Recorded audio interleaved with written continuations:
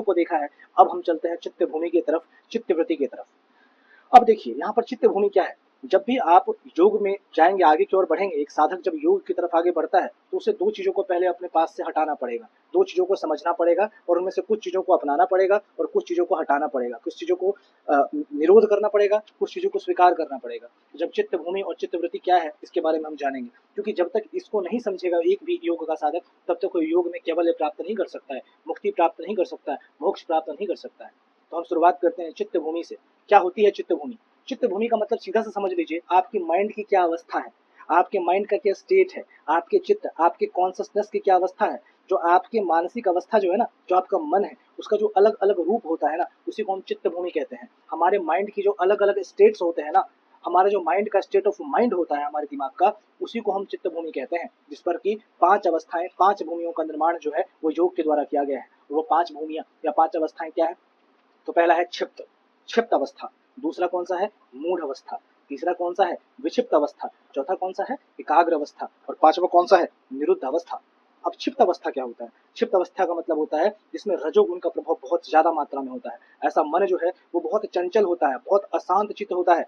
किसी वस्तु को प्राप्त करने की इस मन में बहुत अदम्य इच्छा होती है। किसी के पास कार देख लिए, किसी के पास बाइक देख लिए, अब पागल हो गए, मुझे भी वो चाहिए। किसी के घर में देख लिए नया नया अभी i20 आया है, hyundai का कार आया है, पापा मुझे भी ला करके वो कार दो, उसके पास है मेरे पास नहीं है। तो ये जो मन है ना, ये कभी शांत नहीं होता। अभी नया नया मार्केट में मोबाइल आया है, मोबाइल मेरे पास पड़ा हुआ है पहले से भी है, लेकिन अगर मोबाइल आया है मार्केट में तो भैया मुझे भी चाहिए। न्यू एडिशन का सामने वाला ने आईफोन 14 खरीदा है, मैं कैसे नहीं खरीदूंगा, मैं भी खरीदूंगा। अब पापा से लड़ रहे हैं उसके लिए, लेकिन एक फोन ला के दो। अब पापा बेचारे 10,000 मंथली कमा रहे हैं, उनके पास इतने पैसे नहीं कि आपको 1 लाख रुपए का फोन खरीद के दे। तो ये जो मन होता है, ये क्षिप्त अवस्था का मन होता है, रजोगुण का प्रभाव इस पर बहुत ज्यादा होता है। ऐसा मन बहुत चंचल होगा, ऐसा मन बहुत अशांत होगा, क्योंकि इस पर रजोगुण का प्रभाव है। रजोगुण मतलब बुरे गुण, जो आपको बार बार लालच की ओर खींचेंगे। दूसरा जो अवस्था है उसे कहते हैं मूढ़ चित्त की अवस्था। मूढ़ अवस्था में क्या होता है? इसमें तमोगुण का प्रभाव होता है। और जब तमोगुण का प्रभाव होता है, तमोगुण मतलब राक्षस प्रवृत्ति वाला गुण का प्रभाव, जिसको हम कहते हैं सीधा सिंपल भाषा में। जब इस तरह का आपके ऊपर प्रभाव होगा, आपको नींद आएगा, आलस्य की अवस्था आएगी, निष्क्रिय चित्त, कुछ करने की इच्छा नहीं होगी। जब निष्क्रिय चित्त होगा तो आलस्य की अवस्था खुद ब खुद आएगी, और जब आलस्य आएगा तो निद्रा खुद ब खुद आएगी। तो ये जो निष्क्रिय चित्त है, ये जो आलस्य है, ये जो निद्रा है, ये मूढ़ अवस्था की पहचान होती है। इसमें व्यक्ति क्या होता है कि भले बुरे की पहचान भूल जाता है, क्या सही है, क्या गलत है, क्या सत्य है, क्या असत्य है, क्या ज्ञान है, क्या ज्ञान है, इसके फर्क को बिल्कुल भूल जाता है। वो कर्तव्य और अकर्तव्य के बीच के भेद को भूल जाता है। इसमें क्या होता है ना, आलस्य की प्रवृत्ति इतनी अधिक होती है कि कोई भी काम भी व्यक्ति करना ही नहीं चाहता है। इसको सिंपल से कहीं पे कुछ मान के चलो चोरी करना है, इसको ये जाएगा 15 लाख रुपया एटीएम से लूट करके ले आएगा। क्यों? क्योंकि सही तरीके से पैसा कमाना बड़ा मुश्किल है। तो हम क्या करेंगे भैया, जाएंगे एटीएम में 15 लाख रुपए वहां से लूट करके ले आए। किसी व्यक्ति का हत्या कर दी और उससे कुछ पैसे लूट आए, किसी व्यक्ति का घर लूट लिया, किसी व्यक्ति की संपत्ति लूट ली। क्यों? क्योंकि ये बहुत शॉर्ट तरीका है पैसे कमाने का, ये बहुत शॉर्ट तरीका है अपने मन की इच्छा को पूरी करने का। तो जो बुरी इच्छा होती है, जो राक्षस वाली प्रवृत्ति होती है, वही होता है। कोई अभी आपको, कोई शराबी है, अगर वो नशा कर रहा है और आपने उसको रोक दिया नशा करने में, तो आपको मारने के लिए भी उतारू हो जाएगा, जान से चाकू निकाल लेगा, मार दूंगा, नशा करने से कैसे रोक दिया। तो ये जो अवस्था होती है, ये मूढ़ चित्त की अवस्था होती है, राक्षसों वाली अवस्था होती है। ठीक है। इसके बाद जो तीसरी अवस्था है उसको हम कहते हैं विक्षिप्त अवस्था। विक्षिप्त अवस्था में क्या होता है? रजोगुण का प्रभाव होता है। रजोगुण और सतोगुण, सॉरी, रजोगुण और सतोगुण दोनों का प्रभाव होता है। रजोगुण और सतोगुण। रजोगुण मतलब आपको मैंने ऊपर बताई है, तामसी प्रवृत्ति जो होती है, गुस्से वाली, चंचल वाली प्रवृत्ति, उसको हम कहते हैं। और सतोगुण मतलब सात्विक प्रवृत्ति, शांत प्रवृत्ति। इस अवस्था में क्या होता है? आपका मन शांत तो रहता है पर आंशिक रूप से होता है, तो आंशिक स्थिर चित्त होता है। इसमें पूरी तरीके से आपका चित्त स्थिर नहीं होता है, पूरी तरीके से आपका दिमाग, आपका माइंड, आपका मस्तिष्क स्थिर नहीं होता है, थोड़ा होता है, थोड़ा स्थिर होगा, थोड़ा अस्थिर रहेगा। इस समय मन में आपकी चंचलता तो बनी रहती है, पर कुछ चीजें अच्छे काम के लिए भी चंचल रहता है मन आपका, क्योंकि सतो और रजो दोनों का प्रभाव हो रहा है ना यहाँ पे। तो सतो गुण के प्रभाव के कारण आपके मन में कुछ अच्छे काम के लिए भी आपका मन जो है वो बेचैन रहेगा, चंचल रहेगा। मान के चलिए किसी का मदद करने के लिए आप बहुत व्याकुल होंगे, फलना जगह सड़क नहीं बना है, अगर आप मंत्री जी हैं, आप पागल हैं कि भैया वहाँ पे सड़क बना दो यार, रात में आपको नींद नहीं आ रहा है क्योंकि वहाँ पे सड़क बनाना है। कोई कुछ कंप्लेन कर दिया कि भाई साहब हमारे घर में इस तरह की दिक्कत है, अब आप परेशान है कि यार उसके दुख को दूर करना है। तो आप जिस तरह ऐसे आदमी को कहते हैं ये देवता आदमी है, भगवान का रूप है, देखो हमारे सारे दुख दर्द को दूर कर दिया। अब एक यूट्यूब पर चैनल है, उसका नाम है मिस्टर बीस्ट, 300 मिलियन से ऊपर सब्सक्राइबर हैं उसके। और कहा जाता है कि यूट्यूब में सबसे बड़ा सब्सक्राइबर, पूरा यूट्यूब कम्युनिटी में सबसे बड़ा जो सब्सक्राइबर का गेन है, सबसे ज्यादा सब्सक्राइबर है उसके, उसी के हैं, 301 मिलियन के आसपास शायद, आज मैं देख रहा था उसका था। तो वो क्या करता है कि लोगों के पास जाता है और उसको घर बना के देता है, सड़क बना के देता है, पुल बना के देता है, मतलब कुछ छोटी छोटी कम्युनिटीज का वो भला करता है। और ये अच्छा काम, बड़ा अच्छा काम कर रहा है वो, गलत काम नहीं है। ये सब चीजें तो मदद बिल्कुल करनी चाहिए। जो एक नेता नहीं कर पा रहा है, जो वहाँ की सरकार नहीं कर पा रही है, वो एक छोटा सा मिस्टर बीस्ट जो यूट्यूबर है वो कर रहा है। तो ये जो मन है ना, इसको कहते हैं रजोगुण और सतोगुण का प्रभाव रहता है। इसका आंशिक स्तर चित्त अच्छे कामों के लिए व्याकुल रहता है ना। तो वो चित्त जो है अधिकांश लोगों का होता है विक्षिप्त चित्त। इसके बाद आएगा एकाग्र चित्त। ये चित्त की भूमि है, चित्त की अवस्था है। अब एकाग्र चित्त में क्या होता है, इसमें सत्वगुण का प्रभाव होता है, इसमें ज्ञान का प्रभाव बहुत ज्यादा आपके अंदर बढ़ जाएगा। आपका जो चित्त है, आपका जो माइंड एकदम बिल्कुल एकाग्र हो जाएगा। इसमें क्या होगा कि जो काम करेंगे आप उसमें रम जाएंगे। अगर पढ़ाई कर रहे हो तो पढ़ाई में आपको इतना मन लगेगा कि पढ़ाई के अलावा कुछ करने का मन ही नहीं करेगा। एकदम जो एकाग्र चित्त होता है ना, एकदम किसी भी काम को रम जाना। क्रिकेट खेल रहे हो तो क्रिकेट ही खेल रहे हो, उसमें ही आपको सुख मिल रहा है, उसके लिए खाना पीना सब भूल गए हो, मतलब इतना आपको सुख मिल रहा है। मतलब जिस भी काम को करोगे उसमें रम करके करोगे, क्योंकि चित्त आपका क्या है, एकाग्र हो गया है, आपके अंदर ज्ञान का प्रादुर्भाव हो गया है। इसीलिए आपका दिमाग एकदम बिल्कुल शांत हो जाएगा, क्योंकि इसमें सतोगुण का प्रभाव है। अब जो अंतिम अवस्था आएगी वो है निरुद्ध की अवस्था। 5 अवस्थाएं थी, उसमें अब जो अंतिम अवस्था है वो निरुद्ध की अवस्था है। निरुद्ध की अवस्था में क्या होगा, चित्त की जितनी वृत्तियां हैं, जितनी भी तरह के आपके मन के अंदर चंचलताएं हैं, जितनी भी तरह के आपके मन के अंदर बेचैनी है, चाहे अच्छी चीजों के लिए हो चाहे बुरी चीजों के लिए हो, वो सारी वृत्तियां, वो सारा चीज खत्म हो जाएगा, वो सारा चंचलताओं का निरोध हो जाएगा। तो चित्त की जहाँ पे सभी वृत्तियों का निरोध हो जाता है, इसी को योग की स्थिति कहते हैं। तो यहाँ पर योग की स्थिति में जब आप निरुद्ध की अवस्था तक पहुंचेंगे तो योग की स्थिति में पहुंचेंगे। यहाँ पे आपका मन सभी तरह के विचलनों से दूर हो जाएगा। ठीक है, जितना भी ध्यान में भंग करने वाली या टालने वाली जो भी वस्तु होगी, यहाँ पे सभी वस्तुओं का निरोध हो जाएगा।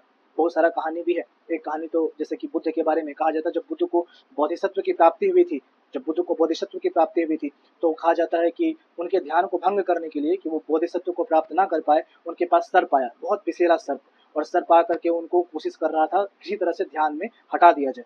लेकिन उनका ध्यान इतना प्रबल था, उनके ध्यान में इतनी शक्ति थी कि वो सर्प भी उनकी रक्षा करने लग गया। वर्षा हो रही थी तो उनके ऊपर फन डाल के उसकी रक्षा करने लगा। तो इतना ज्यादा ध्यान से प्रभावित हो गया वो सर्प भी। तो जब ये स्थिति आ जाएगी जहां आपके मन के सारे विचलन खत्म हो जाएंगे, जन्म का, मृत्यु का, दुख का, भय का, सब कुछ खत्म हो जाएगा आपके मन के अंदर, तो कहेंगे वो निरुद्ध की अवस्था आ गई है। जब निरुद्ध की अवस्था आएगी आपके अंदर, तब यहाँ से चालू होगा चित्तवृत्ति। चित्तवृत्ति को जानना भी बहुत आवश्यक है, क्योंकि जो चित्त भूमि है और चित्तवृत्ति वो साथ साथ चलते हैं, थोड़ा बहुत ही ऊपर है। जिस प्रकार से मन की अवस्था को हम, स्टेट ऑफ माइंड को हम चित्त भूमि कहते हैं, वैसे ही चित्तवृत्ति होती है। इसमें क्या होता है, जो आपका मन होता है किसी विषय के आकार को देख करके उसको ग्रहण करता है, किसी विषय के आकार को, मतलब किसी वस्तु को देख करके उसके मन में अपना एक इमेज बनाता है, उसका एक प्रतिबिंब बनाता है, और उसका जो परिणाम निकल के आता है उसको हम कहते हैं चित्तवृत्ति। क्या है चित्तवृत्ति, समझ में आ गया। अब इसकी भी 5 वृत्तियां, जैसे कि इसकी 5 अवस्थाएं, 5 भूमियां हैं चित्त भूमि की, वैसे इसकी भी अवस्थाएं 5 वृत्तियां हैं। पहला है प्रमाण। प्रमाण में क्या होता है, ये यथार्थ ज्ञान की प्राप्ति का साधन है। यथार्थ ज्ञान की प्राप्ति का मतलब क्या होता है, कि मैंने आपको पहले वाले वीडियो में भी बताया था कि प्रमाण अलग अलग दर्शनों में अलग अलग माने गए हैं। जैसे कि अगर हम चारवाक की बात करेंगे, वो केवल प्रत्यक्ष को प्रमाण मानता है। प्रमाण का मतलब होता है कि ज्ञान को कैसे सत्य सिद्ध करोगे। जैसे तुमने कहा कि ये मोबाइल है, कैसे कह रहे हो ये मोबाइल है, कह रहे हो कि ये पानी है, कैसे कह रहे हो ये पानी है। तो आपके सामने टेबल लगा है, टेबल देख रहे हो, कैसे कह रहे हो ये टेबल है। तो भाई इसका कुछ प्रमाण तो होगा ना, तो आप बोलोगे ना भैया टेबल को मैं इसलिए टेबल कह रहा हूँ क्योंकि मेरे सामने है, प्रत्यक्ष है मेरा। तो इसी प्रकार से 6 प्रकार के प्रमाण माने गए हैं सभी दर्शनों के अंदर अलग अलग स्तरों पर। जैसे कि चारवाक है तो वो केवल प्रत्यक्ष को प्रमाण मानता है। अब बौद्ध को पढ़ोगे तो वो प्रत्यक्ष और अनुमान को मानता है। प्रत्यक्ष अनुमानं ही प्रमाणं द्विलक्षणं प्रमेयं तत्प्रयोगार्थं न प्रमाणतरं भवेत्। ये जो है एक व्यक्ति है बौद्ध दर्शन के अंदर, जब मैं आपको बुद्धिस्ट फिलॉसफी पढ़ाऊंगा तो वहाँ पे इनका जिक्र आएगा। उनका नाम है दिगनाग। दिगनाग ने एक पुस्तक लिखा था, उनका नाम ही था प्रमाण समुच्चय, जिसमें सारे प्रमाणों की उन्होंने चर्चा की है, बौद्ध दर्शन से जुड़े हुए सभी प्रमाणों की। और उसमें इनका यही कथन जो है, पहला कथन है कि प्रत्यक्ष अनुमानं ही प्रमाणं द्विलक्षणं प्रमेयं तत्प्रयोगार्थं न प्रमाणांतरं भवेत्। यानी कि प्रत्यक्ष और अनुमान ही किसी चीज को, किसी सत्ता को प्रमाणित करने का साधन है। अन्य किसी भी साधन से किसी भी वस्तु की सत्ता को प्रमाणित नहीं किया जा सकता। इसका मतलब यही है। लेकिन जब आप जैन को पढ़ोगे तो जैन 3 प्रकार की चीजों को मानेगा, प्रत्यक्ष को मान लेगा, अनुमान को मानेगा, शब्द को भी प्रमाण मान लेगा। ऐसे ही सांख्य भी प्रत्यक्ष अनुमान शब्द उपमान को प्रमाण मानेगा। ऐसे ही जब आप चलोगे योग में तो वो प्रत्यक्ष अनुमान उपमान शब्द वो भी उसको मानेगा। जब आप वेदांत और मीमांसा को पढ़ोगे वो 6 प्रकार के प्रमाण मानता है, प्रत्यक्ष, अनुमान, उपमान, शब्द, अर्थापत्ति, और एक था कौन सा, अनुपलब्धि। हाँ, 6 प्रकार के वो मानता है। तो यहाँ पर जो है इसी प्रकार से जब यहाँ पे बात की जा रही है वृत्तियों के बारे में, तो प्रमाण ज्ञान का प्रमाण क्या है, तो यथार्थ ज्ञान की प्राप्ति करने का साधन क्या है, यथार्थ ज्ञान की प्राप्ति करने का प्रमाण क्या है। क्योंकि हम हर चीज का प्रमाण चाहते हैं। सामने टेबल है तो भाई प्रमाण दो, कैसे टेबल है, तो हम बताएंगे उसके आकार को देख करके, भाई इसके 4 पैर होते हैं, इसका सपाट मेज होता है जिस पर बैठ करके मैं लिख पढ़ सकता हूँ, इसे टेबल कहा जाता है। तो हर बात को लेकर के हम तर्क करते हैं। तो जब तक प्रमाण नहीं होगा हम तर्क ही नहीं कर पाएंगे। तो चित्त की जो पहली वृत्ति है वो प्रमाण है। दूसरा विप्रय। विप्रय का मतलब होता है वो मिथ्या ज्ञान पर आधारित होता है। मिथ्या ज्ञान का मतलब ये होता है रॉन्ग नॉलेज। क्या मतलब हुआ? Wrong knowledge. जैसे कि हम कभी कभी देखते होंगे कि पानी को आप देखे होंगे कभी, तो पानी में अगर आप एक छड़ी डालोगे तो आपको हमेशा छड़ी टेढ़ी दिखाई देगी। कैसे हो गया भाई छड़ी टेढ़ी? आप कभी रास्ते में अगर रोड पे कभी चलते होगे और रोड अगर सपाट नजर आ रही है और गर्मी का समय है और आप रोड पे चल रहे हो, कार से जा रहे हो, तो सामने आपको हल्का हल्का पानी दिखाई देगा, आपको लगेगा सड़क पे पानी है, लेकिन जैसे आप उसके क्लोज जाओगे देखोगे वहां कोई पानी नहीं था। तो उसको मिराज कहते हैं कभी कभी। तो ये जो मिथ्या ज्ञान है, झूठा ज्ञान है, तो ये विपर्य का काम होता है, ये आपके मन में भ्रम पैदा करता है, मिथ्या ज्ञान पे आधारित होता है ये। ठीक है, एक और उदाहरण जो हम लोग हमेशा लेते हैं अपने फिलोसफी की दुनिया में, और सर्परज्जु भ्रांति। रस्सी को हम कभी कभी रस्सी ना समझ करके सांप समझने लग जाते हैं। अंधेरे के समय में गलती से रस्सी पे लात पड़ गया तो समझते हैं कि सांप पे लात पड़ गया। जब माया खत्म होती है, जब अंधकार खत्म होता है, लाइट जलाओगे, देखोगे अरे मैं तो बिना मतलब का डर रहा था, ये तो रस्सी है, सर्प तो है ही नहीं। तो ये जो विपर्य है, जो मिथ्या ज्ञान पर आधारित होता है। तीसरा होता है विकल्प। विकल्प का मतलब होता है जहां से मिथ्या ज्ञान की उत्पत्ति होती है, मिथ्या ज्ञान का जो जनक होता है, मिथ्या ज्ञान जहां से उत्पन्न होता है, जहां से उसका प्रादुर्भाव होता है, वो कहलाता है विकल्प। जैसे किसी व्यक्ति के मुंह से आपने सुन लिया कि जानते हो फलना जगह गया था ना, वहां पे मक्खन का पहाड़ है, और वास्तविकता में मक्खन का पहाड़ होता नहीं है, लेकिन चूंकि मिथ्या ज्ञान का वहां से उत्पत्ति हो गया उस व्यक्ति के द्वारा बोले गए शब्दों से, तो आप जाओगे ढूंढने के लिए, ऑस्ट्रेलिया जा रहे हो, अमेरिका जा रहे हो, चीन जा रहे हो, थाईलैंड जा रहे हो, कि कहीं वो मक्खन का पहाड़ ढूंढ के ले आओ, जबकि वास्तविकता में वो है ही नहीं, वो तो एक उपमान था, लेकिन आपने उसको क्या सत्य समझ लिया। तो विकल्प का ये काम होता है। फिर चौथा है निद्रा। निद्रा जो है सुषुप्ति काल की अवस्था होती है। सुषुप्ति काल का मतलब है कि निद्रा में आपको बहुत सारे सपने आते हैं, दुख आते हैं, तकलीफें आती हैं, कभी बहुत गंदा सपना देखते हो, तो निद्रा ये जो सपना लाने का काम करती है, ये जो आपके मन को विचलित करने का काम करती है सपनों में, वो निद्रा करती है। इसीलिए सुषुप्ति काल की अवस्था है, स्वप्न की अवस्था है। इसमें भी 3 भेद किए गए हैं। कितने भेद किए गए हैं? 3 भेद किए गए हैं। पहला है सात्विक, दूसरा है राजसिक, तीसरा है तामसिक। जब आपके अंदर सात्विक निद्रा आएगी आपको, तो आपको हमेशा अच्छे सपने आएंगे, यार मैं बड़े आराम से सोया, मुझे कहीं कोई दिक्कत नहीं हुई सोने में, आपका मन ऐसा बोलेगा, आप लोगों को ऐसे जाके बोलोगे।